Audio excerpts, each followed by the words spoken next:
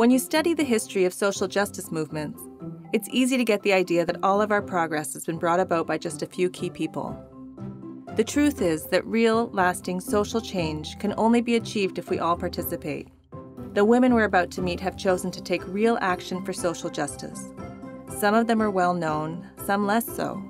But what connects them is an unshakable commitment to working for social change. Let's take the case of Supreme Court Justice Rosalie Abella. In 1983, she was asked to find remedies for workplace discrimination.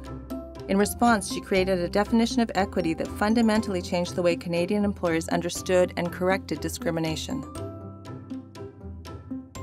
Fighting discrimination against Indigenous children has been Dr. Cindy Blackstock's life's work.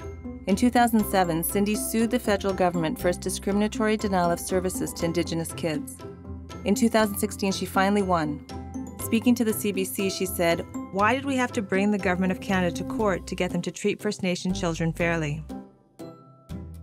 Advocating for the fair treatment of Ontario workers has been Dina Ladd's focus for nearly 2 decades. As an organizer with the Workers' Action Centre, she's been working with communities to push for better wages and working conditions for some of the most vulnerable workers in Ontario.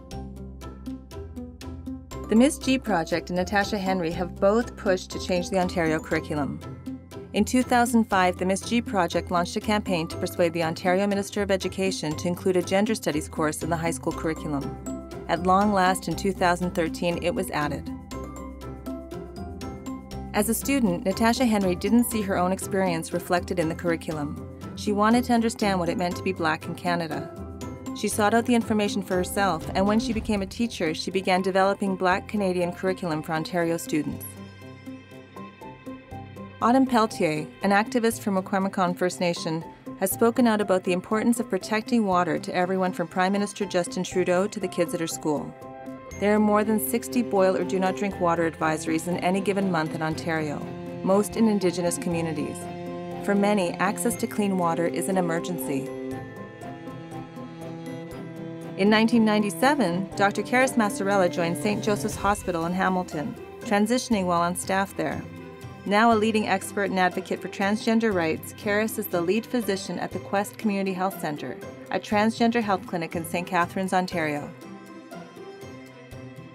Bridget DePape's unprecedented lone protest on the red-carpeted floor of the Senate chamber took place in June 2011. Disturbed by then Prime Minister Harper's policies, she stood silently holding a sign that said, "Stop Harper."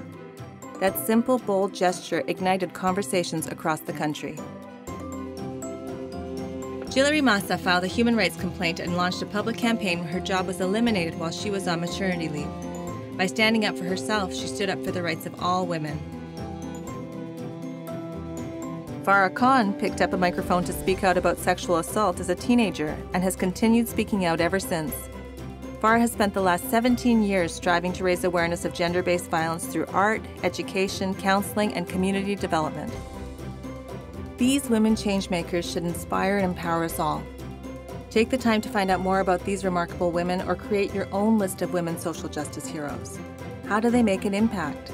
How do these amazing women inspire you to become a changemaker? And what will your contribution be? Brought to you by the Elementary Teachers Federation of Ontario.